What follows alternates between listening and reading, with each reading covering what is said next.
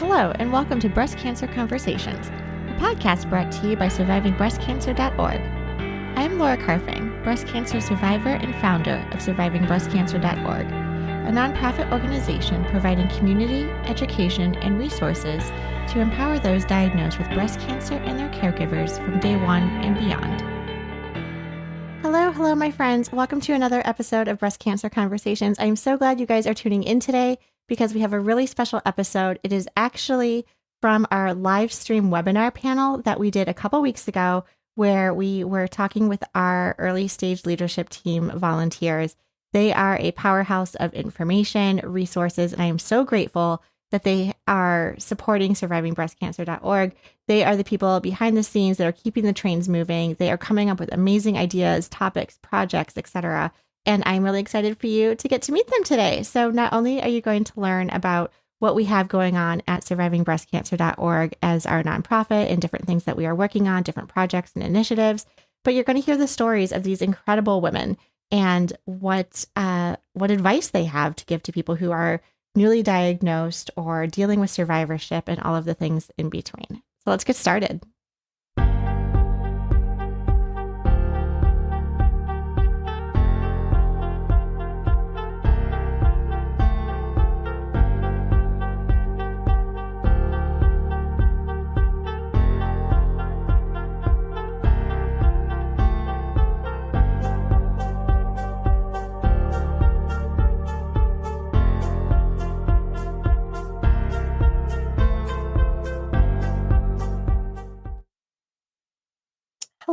Hello. Welcome everyone to our, Tuesday webinar series with our early stage leadership team. I'm Laura Carfang. I am one of the co-founders of SurvivingBreastCancer.org, and I am so excited to hang out with everyone tonight. Those who are on the screen as part of this panel, and then for all of you who are tuning in, listening, and watching, because I feel like, and I might have mentioned this in my last podcast, I've kind of taken a little bit of a hiatus. I had a couple of weeks off where we were just doing deep dive, editing on our podcast, preparing things for the summer, but we are back. We are full steam. We are so excited. And what a great way to conclude May and kick off June with the fabulous early stage leadership team who are our amazing volunteers who have joined SurvivingBreastCancer.org. I want to say for almost over a year now, if not more. Someone keep me honest with the duration that you guys have been volunteering with all of us. But you guys have really been a sounding board for me at SurvivingBreastCancer.org. You guys are my ears to the ground. You come with ideas. And tonight I am so excited to kind of introduce you to the world and for the world to kind of see what happens behind the scenes at SurvivingBreastCancer.org. And I truly, really believe, I know we hear this all the time. I work at Babson College. I work in a graduate business school. We hear all the time that you bring more people to the table, you're going to have diverse ideas and your end result is going to be better.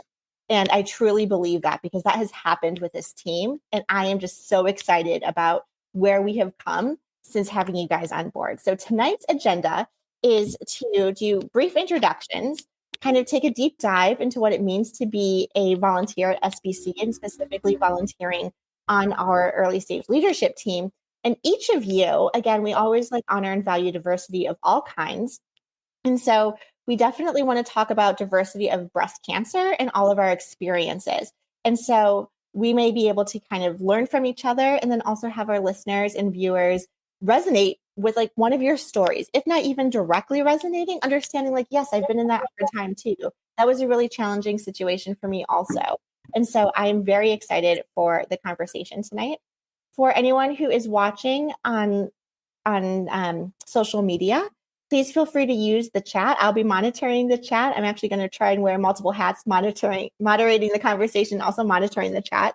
But if you have questions for any of our panelists, we want this to be interactive as well. So I am just so excited. Meghan from SurvivingBreastCancer.org, let's start with you because you were a guest appearance tonight, which I'm so excited. I'm so glad that the timing worked out. So for anyone who doesn't know, I think there was how many emails back and forth trying to schedule time for all, 8 of us to be online? Yeah, it was tricky, but I'm glad that we could make it here. This is great to see everybody. Awesome. Well, if you'd like to just kick things off and introduce yourself. Sure, yeah. So my name is Meghan McCallum, and I work for SBC doing a variety of tasks. A lot of it is with the blog and newsletter. So if you enjoy that, that's what I'm usually diving into, getting that flowing on the website to make sure that we're sharing people's stories and resources that are helpful for you as someone who has been diagnosed with breast cancer. And that's kind of my passion work at SBC, and I do a lot of other things here and there too, helping out Laura with anything just to keep the ship running as smoothly as we can because there's a lot going on and it's really exciting. So I'm happy to Yes, help with whatever I can in that realm. And then in terms excellent. of my personal story, I was diagnosed when I was age 32. I was diagnosed with stage 3 triple negative breast cancer. And that was in late 2018. And so I can't believe how far out I am at this point. It seems like a lifetime and also like just a couple days.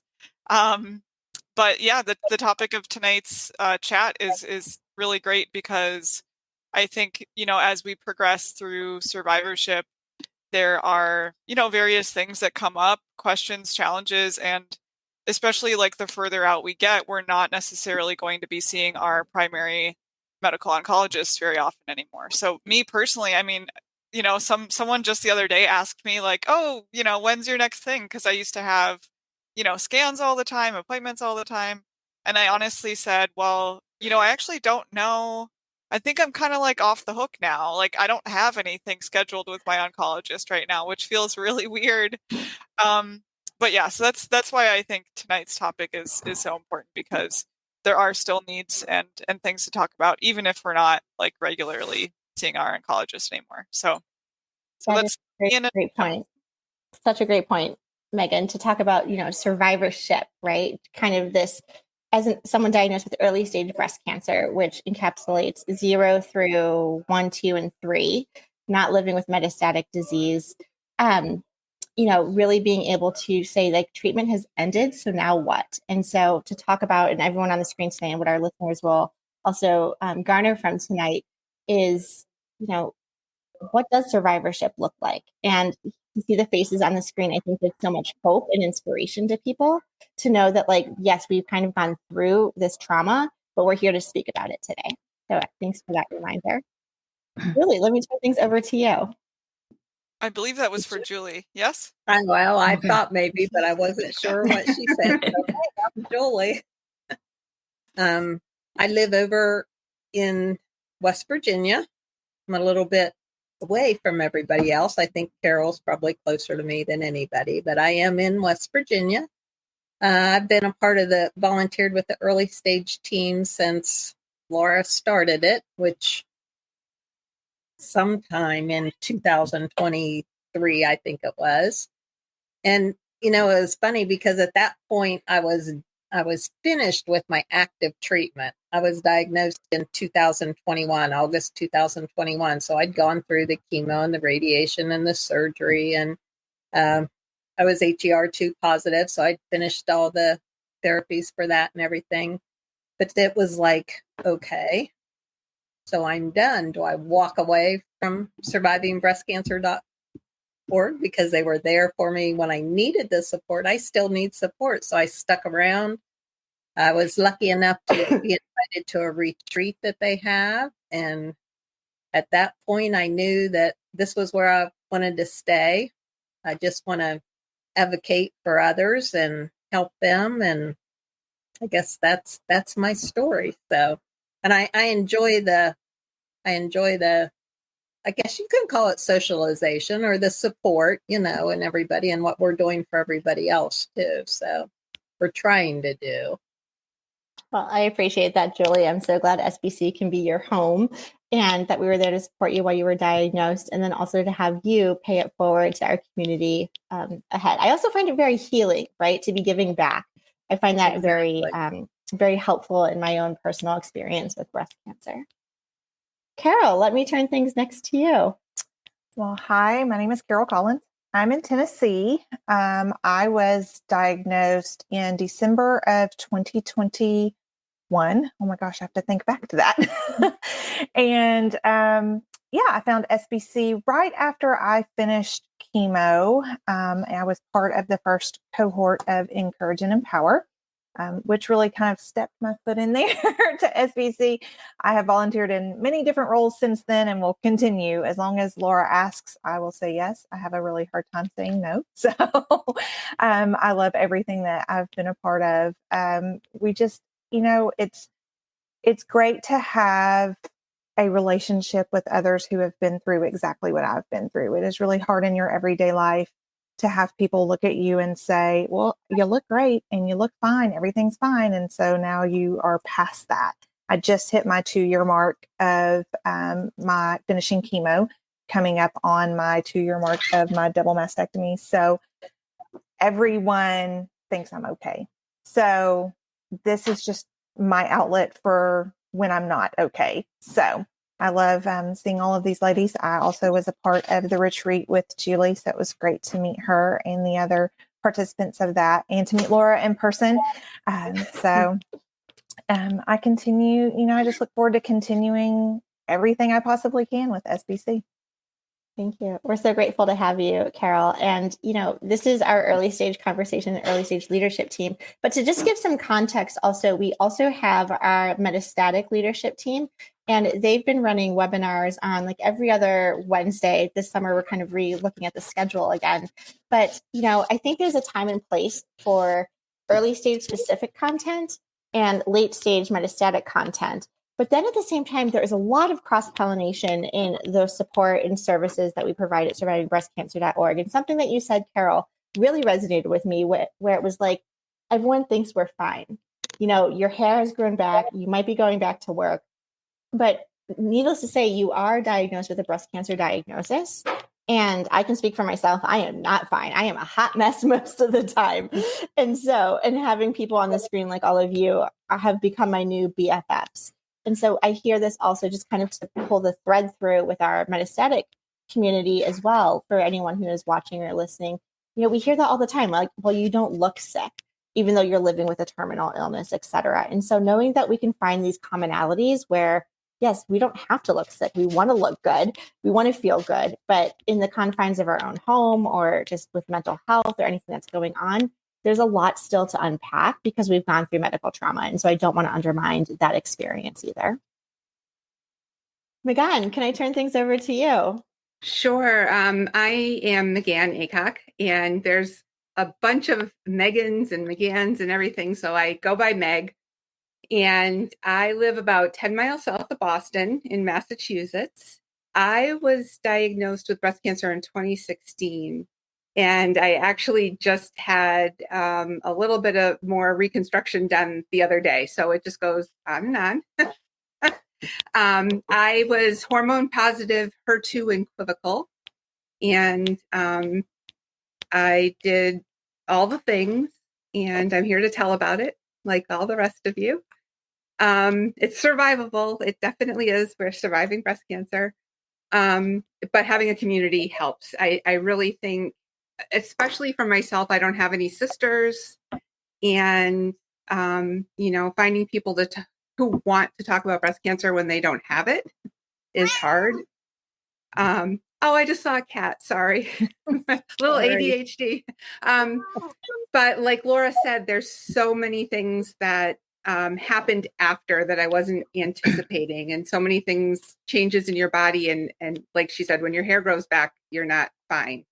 And you're also not horrible. So I don't want anyone to think that you'll be horrible. It's worth surviving, but you just, you take it day by day, and you have to roll with the punches and just keep going. And I've been involved with surviving breast cancer since actually 2017. I used to go to the events that Laura had around Boston, and now I'm on this great team here.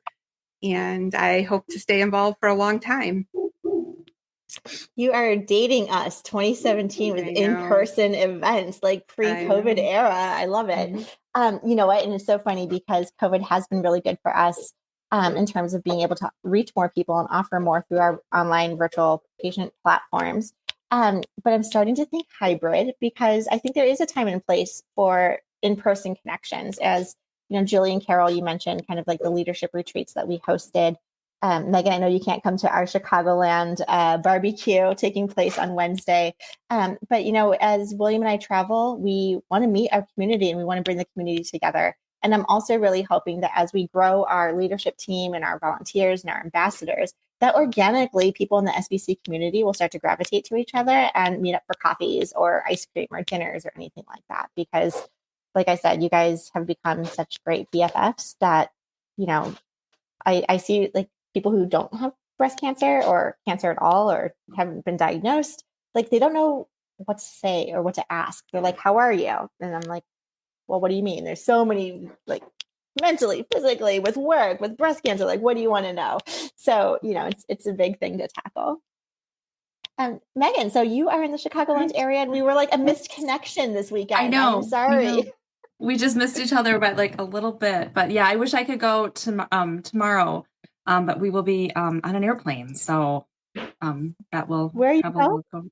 We're actually going over to Europe. We're doing a family trip to Europe, so it'll be interesting. My children really don't have a huge palette of food, you know, that they're interested in. So they will either starve or they will learn how to eat different food. I don't know. But it should be very exciting. Anyway, so yeah, my name is Meghan, and I'm outside of Chicago. I was, I think it was 2020. I was a COVID cancer person. So I always kind of think like, I kind of got through COVID because I was able to leave every week, leave the house and go talk to people. And like, chemo was kind of nice because you were talking to people. It was just, anyway, I was a HER2 positive, triple negative. And I think I kind of found you guys when I was diagnosed. I had found it myself. And I remember my first doctor was like, just wait a month and let's see what happens. Maybe it's just like a hormonal thing. But I was like, no, something is wrong here. And so it was one of my things after I was diagnosed. I was like, I need to make sure that people are, you know, monitoring themselves monthly. And so I had, you know, been on your website before, and then you started the team. And so I was happy to work with you guys, just getting that door hanger started so that, you know, people can do that monthly diagnosis. I was so happy that you were open to that idea and like getting that diagnosed, getting those out there.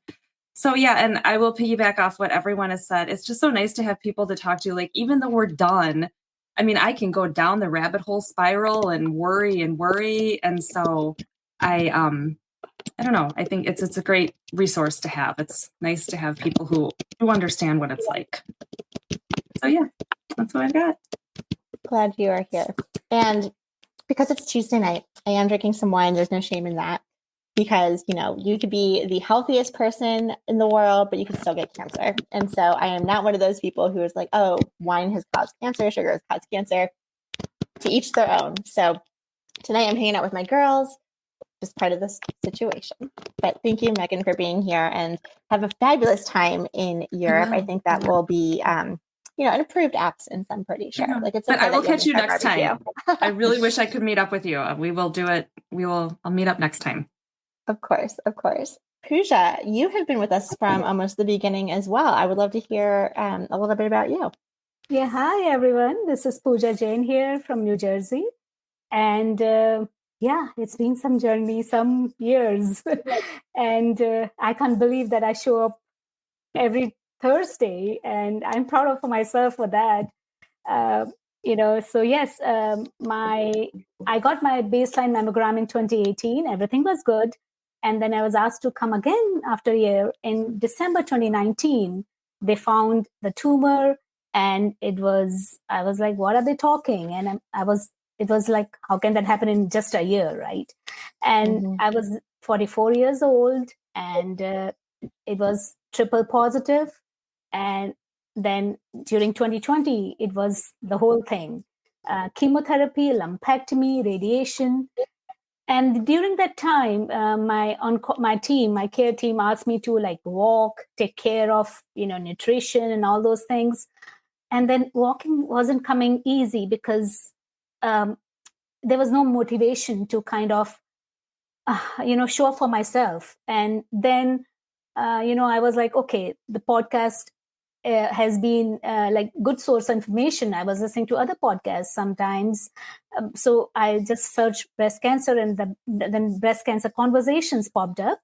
And that's how I found you, Laura. And you were my, you were my walking partner. I got my steps, and all the words which comes with cancer diagnosis were like, I can't even pronounce them. I don't know what it is. And, of course, Google doesn't help that much, but then your, like how you speak to, the people who want to share, it really helped me to understand my journey, also, tackle my chemo brain. And then during that time, you introduced Zoom.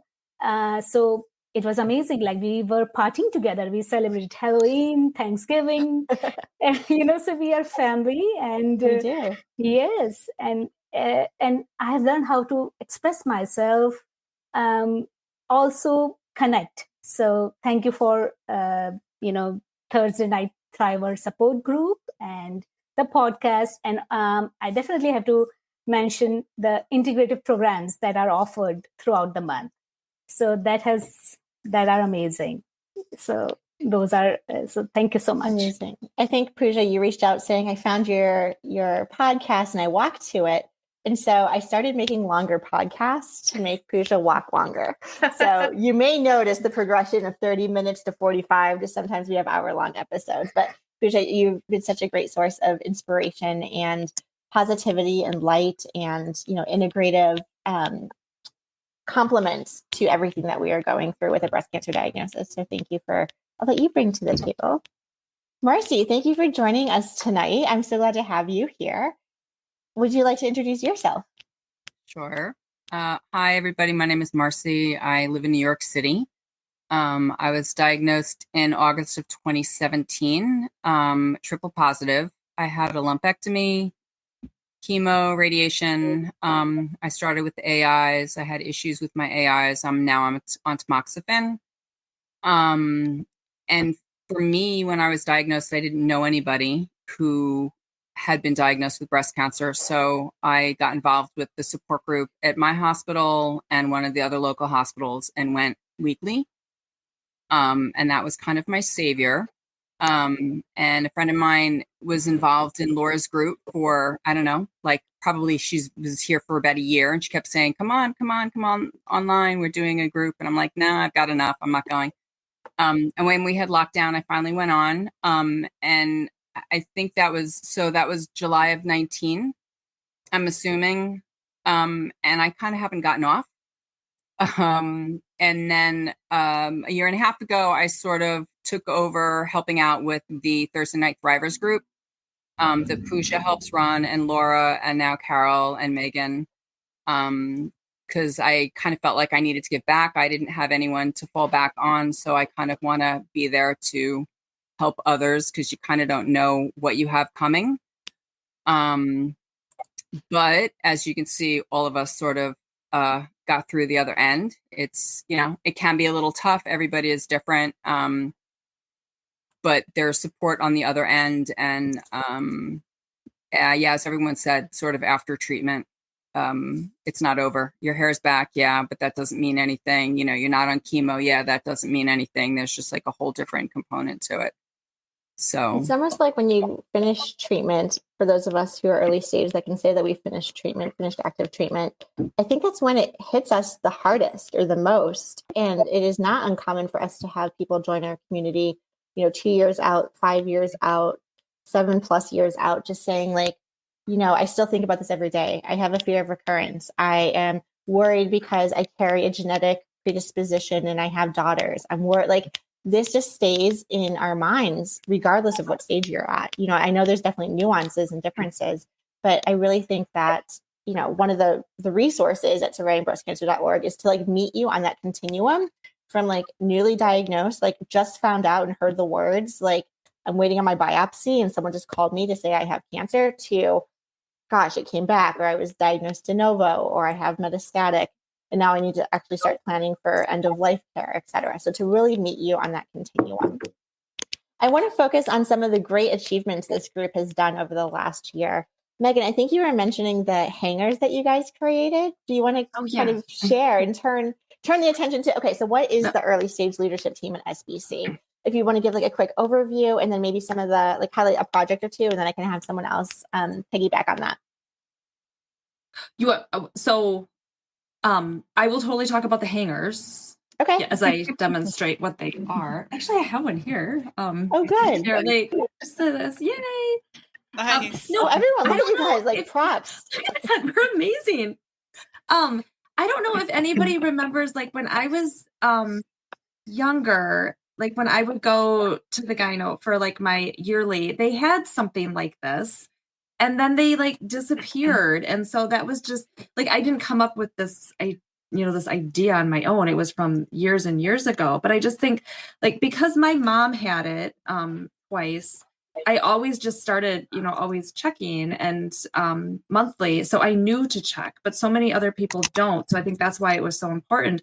But I loved working on this. I loved like that so many people brought different ideas and, Meg, you and I worked together and the poem on the back was awesome. And I think, I don't know where you guys are distributing, but I've distributed to, I put bookmarks at our library. I literally hand them out when I have girls' nights. I'm just like, here they are. Who doesn't have one? And sometimes I'll get like for God's sakes. I'm like, no, you check. You have to check because that's how it is. So I don't know. I thought it was a really great creative process and so many good ideas and so many different drafts that we went through to make sure it was, the best information possible. I don't know. I don't, what else? What am I missing, you guys? Nothing. It was a great project. The poem on the back is by one of the long-term members who had breast cancer a couple times, Berkshire. And it's a fabulous poem. So if you don't have a hanger, you should get one, even just to read the poem. The poem, yeah. And then remember to check yourself. Mm-hmm. Yes. So, I mean, this is such a great project too, because you guys came with ideas and presented it to, I think, Meghan at SBC and myself to kind of see like, is this a direction we want to go? Is it worth having our, dedicating time and resources into creating this? And it was hands down, yes. I think one thing being early stage, I think we have a responsibility to help with awareness around breast cancer because, we can preach to the choir, but we really need to reach women and, teenagers and, start at like high schoolers to say, be breast aware, understand your family history, understand what is your normal, and then to do self breast exams to assess and understand what is normal for you and when something is not normal, to be able to speak up and advocate for yourself. And so something like this hanger that we see so often, it could be on doorknobs, it could be in your shower, it could be in your bathroom. It's such a great like takeaway as, your monthly reminder to do your self breast exam. So for anyone who is interested in receiving these amazing giveaways, I don't know what to call them, brochures, flyers, hangers, you can email info@survivingbreastcancer.org and we can mail them to you. We can also reach out and help you distribute them at your clinics and your hospitals, cancer centers, etc. So very grassroots, but like huge impact, which I really appreciate. How many of you, and just kind of speaking of that like breast awareness piece, how many of you on the screen found your own lump? Raise your hands. Okay. And was it through a routine like self-exam? Yes. All right, I see some yeses. I see some no's. Okay. So Meghan, SBC, do you want to talk about how you found yours? Sure. Yeah, I was, I'll admit I was not doing my self-exams monthly as we recommend. But fortunately, I did happen to do an exam just kind of randomly one day. And yeah, I kind of just knew in my gut. I knew it was very rare because again, at that time I was only 31. And so I knew it was very rare for someone my age to have breast cancer, but something just in my gut was telling me this isn't right. And it just didn't feel right. And yeah, so I found it. And unfortunately, in my case, it took many months and several incorrect diagnoses before I actually got the correct diagnosis. So I wasn't actually diagnosed until like months and months later. But at the time, I did just have a feeling that it was cancer, and it was. And Carol, you said you found yours. I was not doing self-exams. I was 44 when I was diagnosed. I had not had a mammogram, so I was not doing all of the things that we should be doing. However, I was just in the shower doing normal wash, felt a lump. It took a couple of weeks for me to kind of mentally say, I need to do something about this. I didn't know anyone that had had breast cancer before I was diagnosed that I could reach out to ask questions. So I found the lump in October and was diagnosed in December. And it's common, I hear. I mean, again, I feel like we're in this echo chamber too. I feel like I know so many women with breast cancer, but of course, given the work that we do at SBC, we attract people who want to talk to us about their diagnosis. So it feels a little skewed. But a lot of times too, people are like, I just had a clear mammogram, or like I just had like my like women's health exam, et cetera, and everything came back fine. And then literally waking up and going into the shower or finding something that's abnormal out of the blue. I also want to just share for anyone who's listening or watching that breast cancer does not always present with a lump. So I do want to acknowledge that while we do a lot of times talk about breast cancer being a lump that we found, that can feel like, you know, the cartilage at the tip of your nose, or sometimes the cartilage like at your elbow, like that type of feeling. There are types of breast cancer that don't present with a lump, and there's other symptoms such as dimpling. You know, and that's actually how I found mine, was through breast changes. It was actually dimpling. Kind of looking like the outer peel of an orange you might hear or see. There could be pain, there could be redness, there can be discharge, etc. And so anything that is not your normal should be examined. And then especially with other types of subsets of breast cancer that don't always present on mammograms, I think it's really important to know your breast density and ask your doctor to do additional screenings above and beyond just a mammogram or mammography, where they can do ultrasounds. They could also do MRIs, et cetera. And so I think just knowing what your screening options are and your screening modalities, I envision a place of us getting to a world where, just like our glasses, like Meg, I'm not going to wear your glasses because they're not going to work with me. You're not going to wear my contacts because they're not going to work for you. But we get to a point where breast cancer screenings are unique to the individual based on our unique risk factors.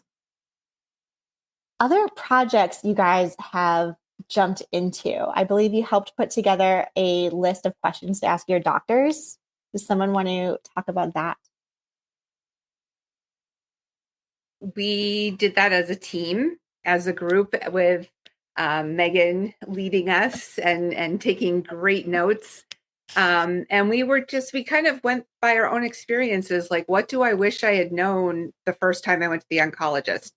What do I wish I had asked when I got home and thought about that appointment? And now I have all these questions, and I'm gone, right? She's not sitting in front of me anymore. So we all gave suggestions, and we had a lot of information, and we kind of narrowed it down and categorized it. But I think it's nice to walk into an oncology office or any of your doctor's offices and have something that you can go from and say, oh, you know, check those boxes off. We made it as a checklist. You can download it right from the website. And I'm trying to think of a couple of the questions that we put there were some really, really good questions in there. Such even simple things like always have a notebook and a pencil or a pen with you. Take notes, write things down that the doctor says to you, because you're not going to remember. When you're still in shock and you're going in there for the first time, you're just not going to remember what you want to ask or what you should have asked. So hopefully this checklist, hopefully people are using it. Hopefully people are enjoying it. We'd love your feedback on it. If there's something that should be changed or you don't think is applicable, or something added. But it was, you know, pulling from so many different experiences, I think we got a pretty good handle on at least the first visit.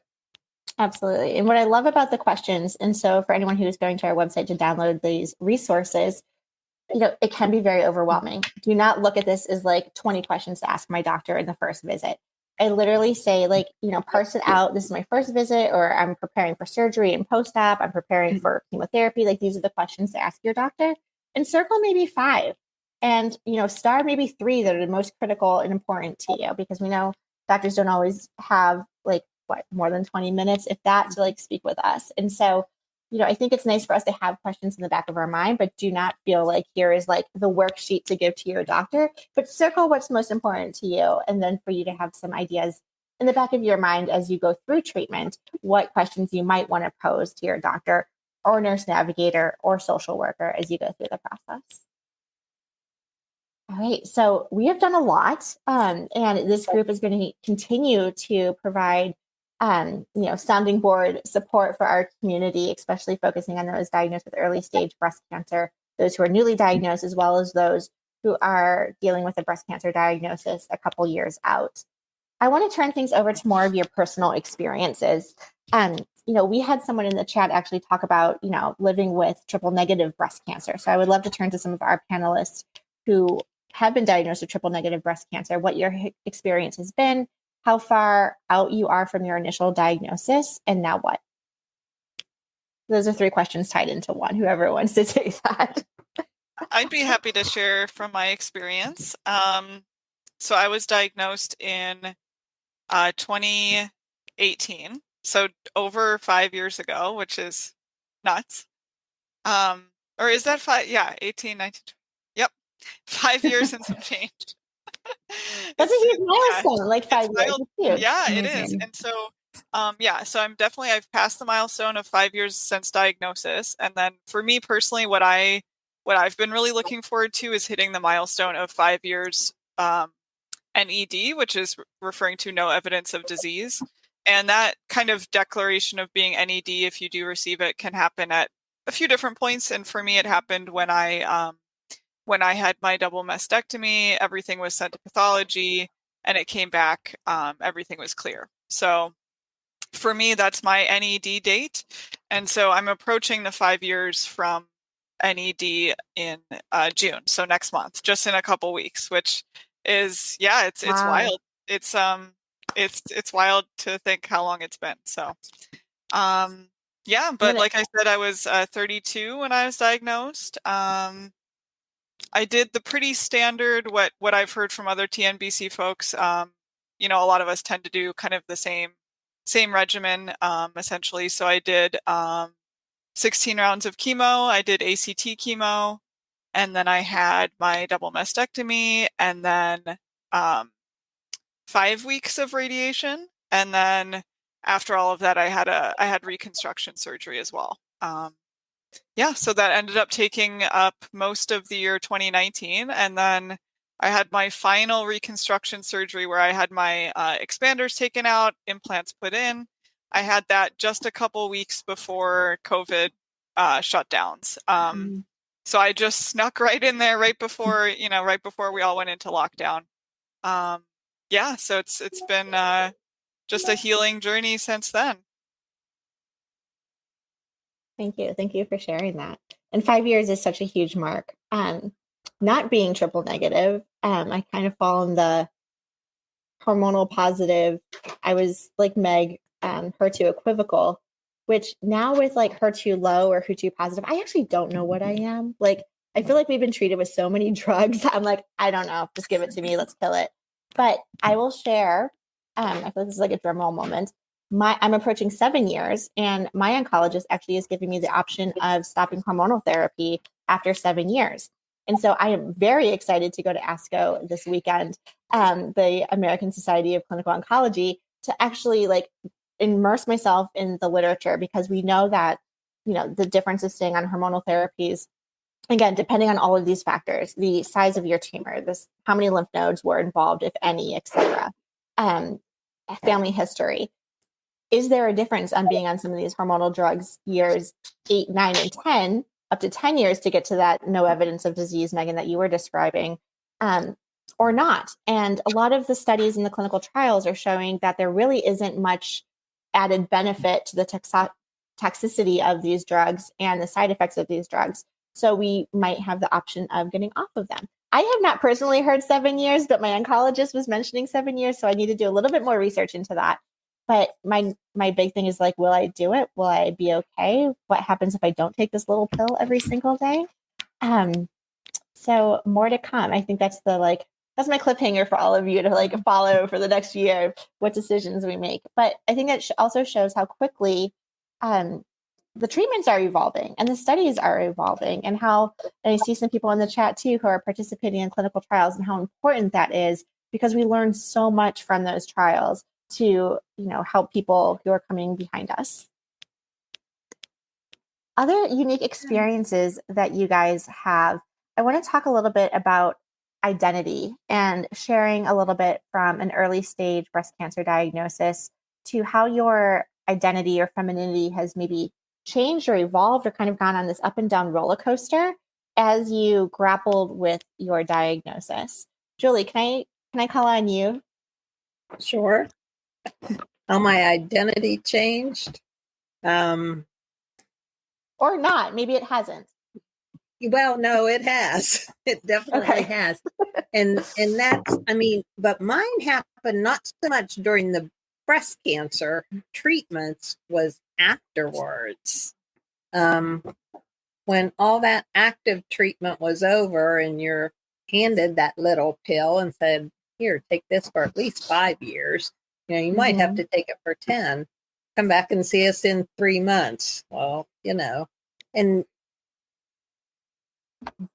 I guess my identity, I ramble, right? Once I start, but my identity did start changing during breast cancer, because you sort of, you don't intentionally withdraw, but you withdraw from, which is why we, have the support we have with survivingbreastcancer.org. You withdraw from those that don't know, or those that say, well, my sister did this. If you give me your fingernail clippings, I can probably cure your cancer, or I can do this, or I can do that. Oh, no. And then I finally said, no, that's okay. I'll just take what the oncologist gives me. Thank you. But, and then even after your cancer has been treated and you are NED, and then they start telling you how wonderful you look, and you think, well, I feel like absolute crap. You're so fatigued and I always is this because of the hormonal therapies that you're on, Julie? Some of the side effects? Side effects from the hormonal therapy?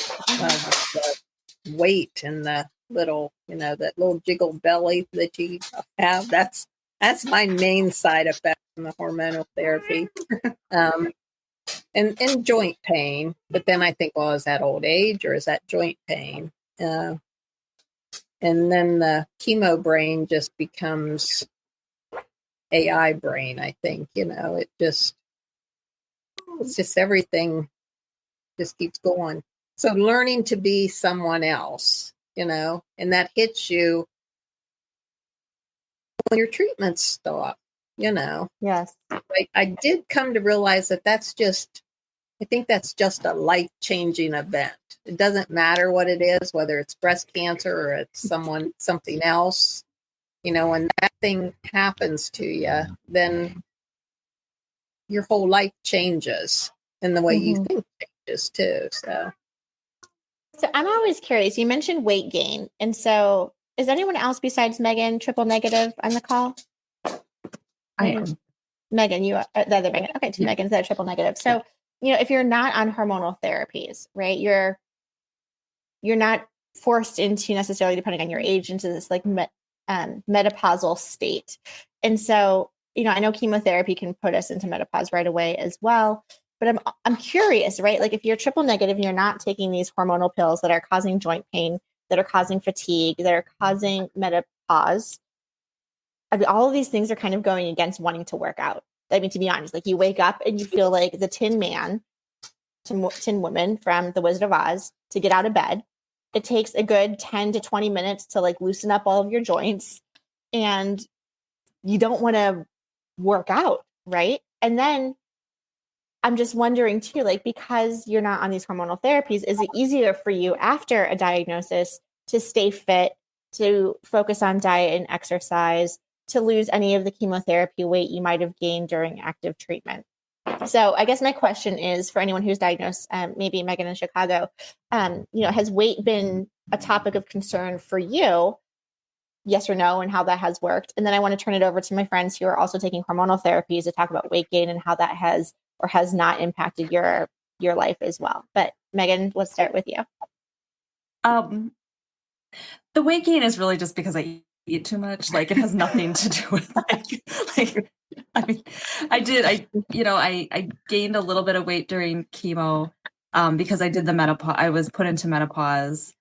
But then after it, like, no, the weight issue is totally my fault. So. Oh. Can you still, no blame. I mean, we've been through everything, so enjoy life. can I ask? Oh no, her a it's the question? cookies.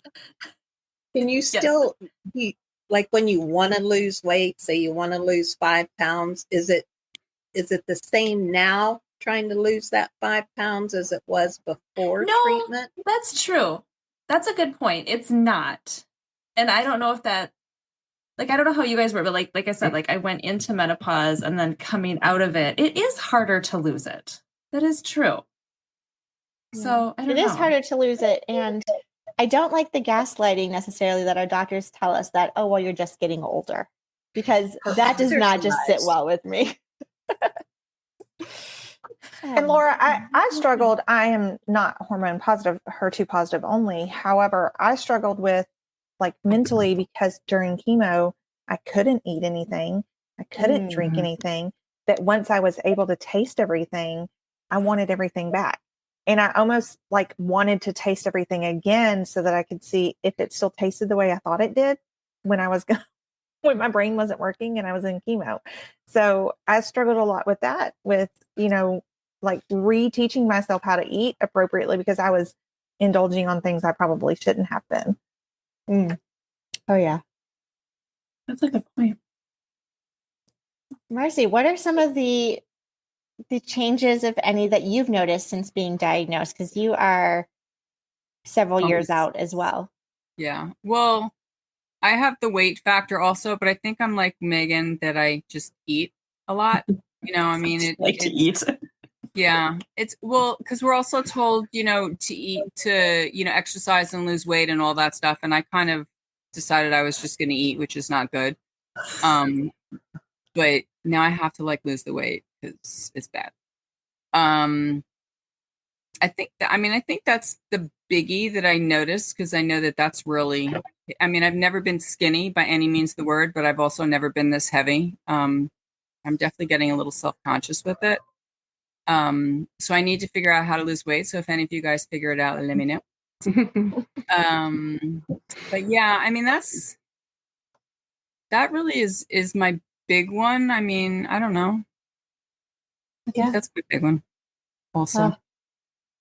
Well, we can all relate and unite against that. I'm constantly looking for blog posts and more evidence of, how lipids and the fat cells work. I don't have a background in biology or science, but I'm just so curious of like what is happening to the internal side of our bodies, with our livers, with our organs, with how we store fat, how we go into preservation mode, especially because we've been given so much toxic treatment to cure the cancer and keep us alive, which I am so grateful for. But then the long-term side effects that we are now having to deal with. And so I know that there are members on this call tonight too that we talked about, fatty liver disease or non-alcoholic fatty liver, right? Because you're given so much toxic chemicals that 20 years ago, they're like, oh, you're not going to live that long anyway. Or this was just, if you're 80 and you get breast cancer, no problem. We can get you to 5 years or 10 years. But so many of us on this call tonight were diagnosed at such a young age. We plan on living to 85, 90, 100, et cetera. And so what happens if we've been treated in our 30s and 40s with these amazing aggressive drugs that are saving our lives? But what are those long-term effects now that we have to manage? And so can I turn things over? Was it Pooja that you were dealing with non-alcoholic fatty liver? No, mine was. Oh, no. Okay. I'm sorry. If there was someone but what was yours? Yeah, hi. So, mine was around thyroid because, I went for my physical exam after my active treatment. I was like, okay, let me go for my annual exam because, it's good to keep a track on what's going on in the body, because during active exam they don't check your cholesterol, they don't check your thyroid. And I'm like, well, it's been more than a year, so let me just go for it. And then it was my numbers were way out of roof. It was like Hashimoto kind of thing, so I had to Google that. But because my radiation was on the left hand side, so, and I could see my neck was red, so I was like, thyroid is right here. That's where, when I Googled, I was like, okay, that's where thyroid is. So, and so, I asked my physician, my internal medicine doctor, that can I just, give myself those 2-3 months, come back for exam again, because I just finished my radiation. So I learned to advocate for myself through the group, like listen to your body, love, be gentle, love and kindness to yourself, and give yourself the space to heal. So there was no space, and I was like, everything is going so fast. So I kind of took a back step, and I requested if I can come after 3 months. And when I went after 3 months, the numbers then came down, which was a relief. And I was like, okay, my body is healing. So that it gave me that hope. And so that's where, and I'm on thyroid medication right now, but the numbers are way around the borderline. So it's just the borderline. So from roof up high, borderline. But how we were talking about weight, I just wanted to share during that time.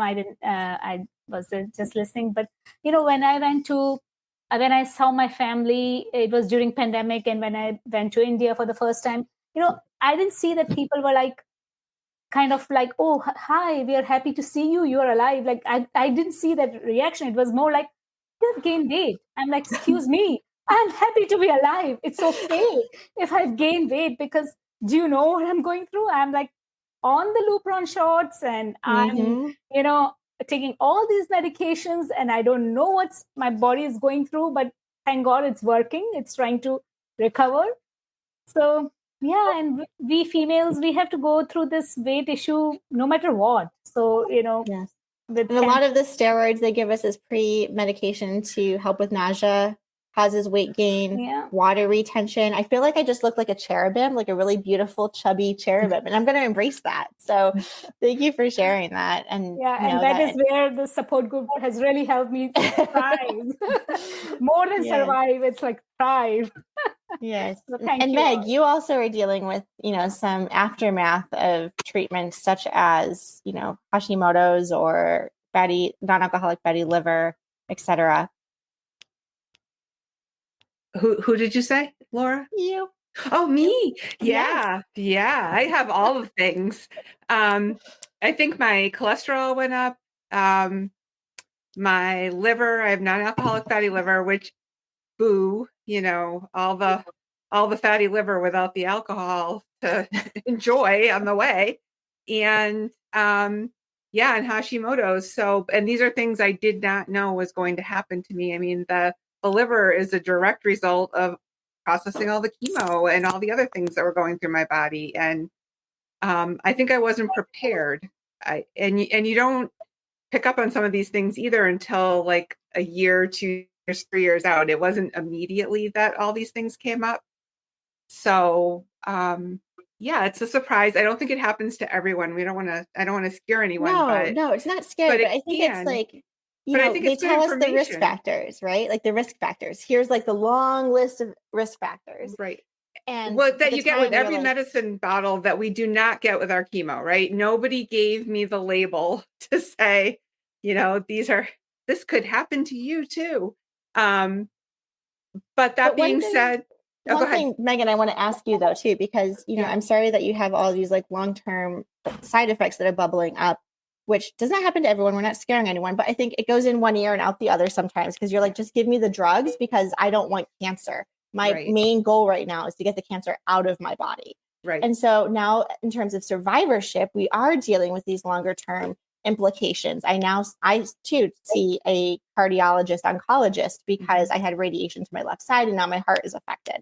But you had a very unique situation with breast implant illness that I would love to just talk to you about a little bit and enlighten our listeners, because you had like what 2 or so years of just side effects that you thought this was your new normal, and that actually wasn't your new normal. So I would love for you to share just like a quick recap on what those side effects were and the decisions that brought you to where you are today.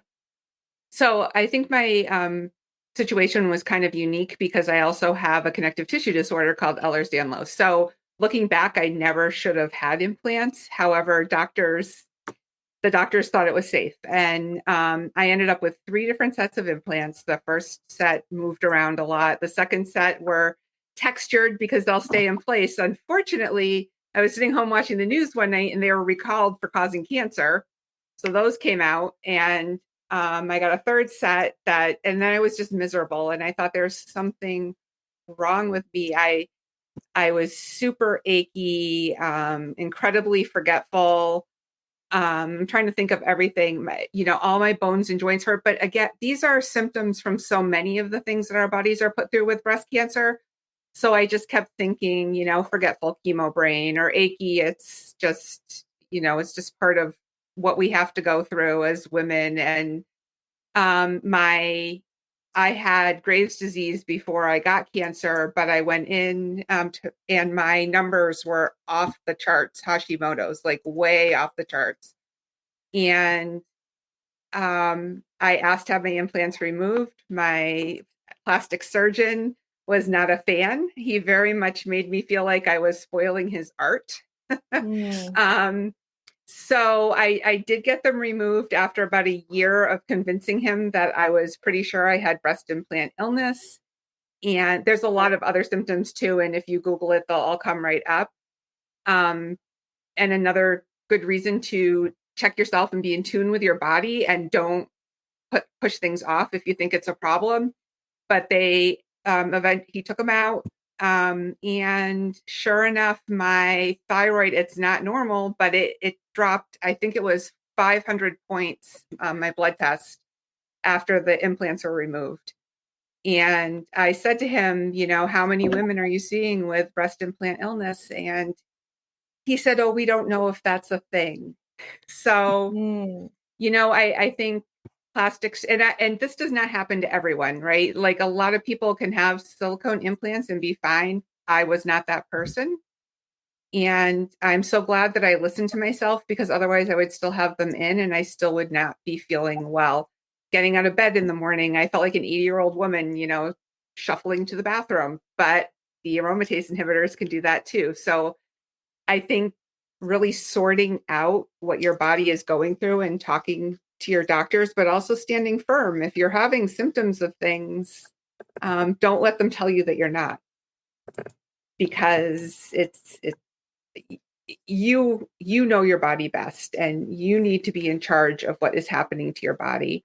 A quick side note, they said somebody had advised me, don't go back to the same plastic surgeon to have them removed because he won't do what you want. And I was said, no. He's one of the top plastic surgeons in Boston. I'm good to go. And the reality was he did not do what I wanted. I wanted to be completely flat at that point. And he left a lot of extra skin so that we could do the next thing. So I just had all that extra skin removed. I am finally, I look like a 12-year-old boy, flat as a board, but I'm very happy and I feel so much better. Amazing. Thank you for sharing that. And I think it's so hard too, because we know what we want. We are sharing with our surgeons what our desires are. And I think sometimes it is so ingrained, and to your point, like it was a work of art. Like it's not personal for them. They haven't gone through breast cancer, but it is their job and their work and their profession. And, they may think what's best. However, this is really where, and we debate this a lot in the breast cancer realm of like, is it shared decision making, or what's really shared is actually my decision, and I need to find the right person to acknowledge and support my decision. Mm-hmm. So this hour has flown by, you guys. We have a couple questions in the chat that I want to acknowledge before we do like our last rapid fire wrap up. But let's see. Sherry is asking, has anyone had metaplastic carcinoma, which is a subset of breast cancer? I did post in the chat a link to a blog that we wrote about this particular topic, but I don't think anyone on the screen has this and can address it directly. Is that correct? Okay. No. Sherry, I'm sorry about that. But again, we have the blog that I linked to, and happy to follow up with you offline at a follow-up. And again, new topics for future podcasts and conversations that we could address as well. Laura mentions that she's starting radiation next week. Did you guys do anything preemptively? Anyone would like to take this? They made it sound like no big deal, just use lotion. Oh my God, radiation is a big deal, you guys. Like, let's not diminish our experiences first and foremost. But I'm sure, let's see, maybe we can hear like 2 different experiences of people who have had radiation. Pooja, go ahead. Yeah, so for me, it was seeing lymphedema specialist, because after radiation, the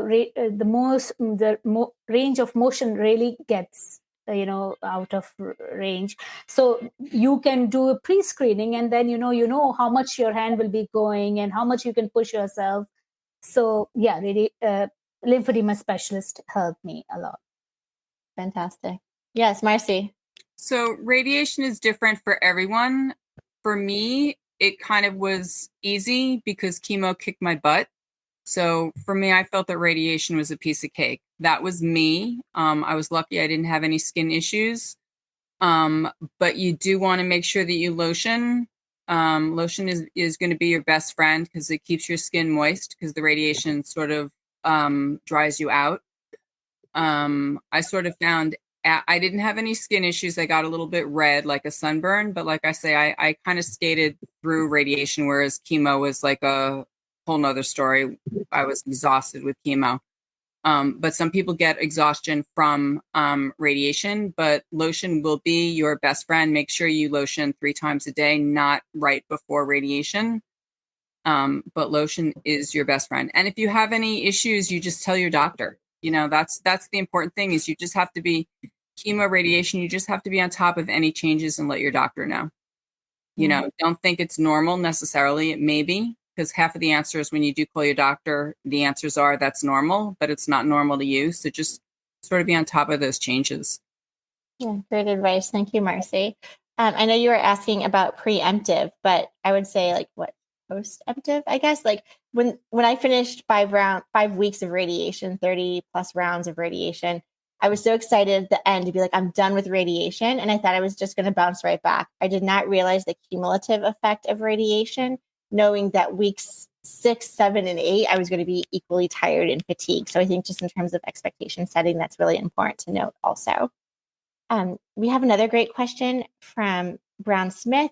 What do you do differently after a diagnosis, specifically those who are triple negative? Did you do anything differently after being diagnosed? Meghan and Meghan? Meghan, would you like to go first? Or should I go? Sure.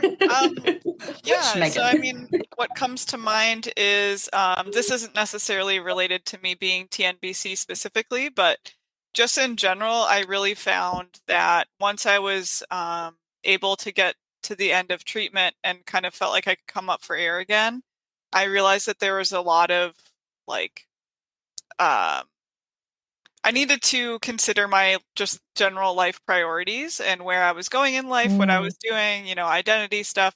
And I just took a lot of time to think about like, okay, now I have this kind of new chance at life. It really felt like starting a new chapter. And do I want to do things differently, whether that's like relationships with other people, what I'm doing with my time. Mental health was a huge thing I decided to focus on because I knew I needed like extra support with mental health.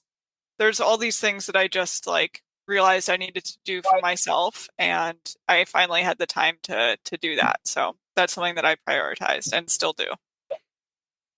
I love that. I feel like you answered my rapid fire question, Meghan. Meghan in Chicago, did you have anything else to add to that? Did you do anything differently? No, I would agree with you, Meghan, that like I look at things differently. Yes, like let's prioritize things. But I think also like, and this isn't necessarily just with being a triple negative, because I loved my doctor when At first I was HER2 positive, and then because of a study, they found out I was also triple negative. And I was like, well, is this a big deal? And she's like, no, it's just another thing we've got to treat. So it was very much like, yeah, you're going to get through this too. Get over it. I loved that part of it. And I was very lucky because my doctor was perfect for me. But in general, I think when you're newly diagnosed, stay true to who you are and deal with it how you want to. Because I remember people coming up to me and be like, oh, aren't you just having breakdowns? Aren't you so sad? I'm like, well, yes, this stinks. But if I sit here and dwell on it, I can't do that. That's not who I am. We dealt through it with a lot of humor. We made a lot of jokes and had a lot of humor. My son cut my hair. It was a lot of, crazy, funny times that happened. And that was just me. That's not everyone. And so just staying true to who you want to be, how you get to decide how you want to deal with this. Nobody else does. So that would be my big advice. I love that. Thank you. Well, as we are closing in on our conversation today, I feel like there needs to be maybe quarterly, put in the chat. Would you like to see this group quarterly, you guys? Because I feel like there's so much to dive into. It's ask the early stage leadership team, ... I feel like this is a really great conversation. So my last question, and we'll just quickly go around my Hollywood squares here for the dialogue, is what one piece of advice would you give someone who is either just tuning in or just listening or just watching, who is newly diagnosed with breast cancer and has all the questions? So Marcee, let me start with you. One bit of advice. Ideally, it's sort of a scary thing when you end up getting the diagnosis, but you will get through it. It's not the easiest thing in the world, but you will get through it. And also with any of it, with the surgery, with chemo, with radiation, we sort of play a number on ourselves. And it's not as bad as we think. So you definitely can get through it. It's just different than what your normal is. Thank you, Marcee. Pooja, one piece of advice. Advice is more of cancer keeps on giving. So sometimes it's really bad, but it's good ones too, like a great community. You look for what you want from the community, find your kind of people who are supportive to you. No is a full sentence. Advocate for yourself. So yeah, it's not one piece of advice because it's a huge word. Cancer is a huge word. So there's so many. But yeah, I like to take one day at a time. That only for today, I will take, I'll walk for 10 minutes. Only for today, I'll do my breathing exercise. So that has been my mantra. Amazing. Thank you. Meghan S., one piece of advice. You kind of gave some in your other answer. Yeah, but this I think is the official question. The official question. Oh gosh. I think my advice, first of all, have a doctor you like. My doctor, I like, and trust yourself and be ready to be an advocate for yourself. But also just, again, I would just go back to deal with it how you want to. If you want to sit and cry and muddle, do that. And if you want to go buy 5 new pairs of shoes, go do that.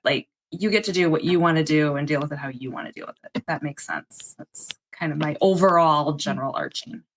Anyone who's giving me permission to buy more shoes, you are now my new BFF. I was totally drugged up on chemo stuff one day, and I bought 6 handbags, and I'm like, well, I love it. Nobody can be mad. It's chemo day. Exactly. Meg, what about you? Fault. One piece of advice. My advice is that you can do this. We have all done this, and you can do this too, because it's overwhelming. I remember when the doctor gave me the rundown of what my treatment was going to be, and in the beginning they were going to treat me for HER2. When she said a year of treatment, I thought, oh my God. But you can do, I look back now, my cousin actually called me the other day. A lot of people in my family have breast cancer, and she said, what kind of breast cancer do we have? I can't remember. There will come a day I swear to God, to all of you, there will come, maybe not Laura, because she does this all the time, but there will come a day where you're going to be like, what did I do first? You know, when I was going through treatment for this and that and the other thing, you'd be surprised. But you can do it. I know you can all do it. Thank you. Great encouragement. Carol. Mine is going to be use your resources. They're out there. Don't do this alone. You don't have to. You have a support team. You have a support system, and whether it's your nurse navigator, your medical team members, a support group, whatever that is, use those resources to help advocate for yourself. And you know your body, so listen to your body. Awesome. Meghan. I mean, similar to what a lot of others have shared, I mean, the self-advocacy is a really big piece. And just a reminder that you are not inconveniencing anybody. If you need more information, if you need a second opinion from another doctor, nobody's going to get mad at you. If they do get mad, they're not the right doctor for you. So if you are not satisfied with the service that you're getting and the answers and the information you're getting, just remember that you're the boss of this person, this doctor, this team that's serving you. And so if you're not getting what you need, you deserve better. And you can always seek elsewhere to get what you need.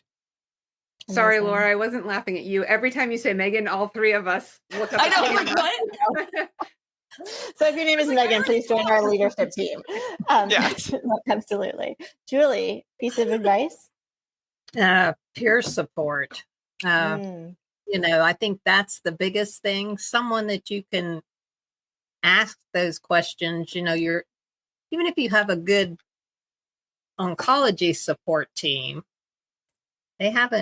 most of them have not been there. They've not had chemo. They don't know what it's like.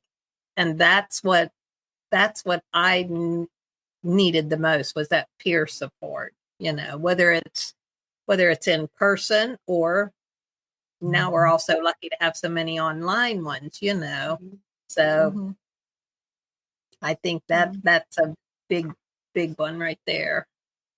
It's hard to narrow down just one piece of advice, right? I feel like this team could just go on and on of like things I wish I knew or things I want to share with people. For me, I think it would be, this is your time to be selfish. Give yourself grace. Allow yourself to have the bad days, but also allow yourself to have the beautiful days.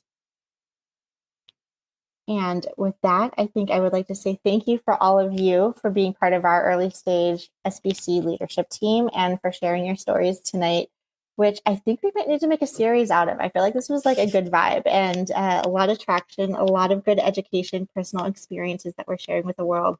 Thank you so much for being vulnerable, for opening up, for sharing your experiences and everything you've gone through, and for giving hope for those who have been newly diagnosed with early stage breast cancer, knowing that there is light at the end of the tunnel and survivorship is possible. And thank you everyone for listening to our show.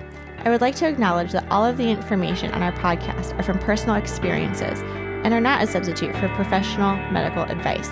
You should always contact your medical care team. If you're looking for specific topics or would like to be a guest on our show, please feel free to reach out to me. My email is laura@survivingbreastcancer.org. Until next time, keep on thriving.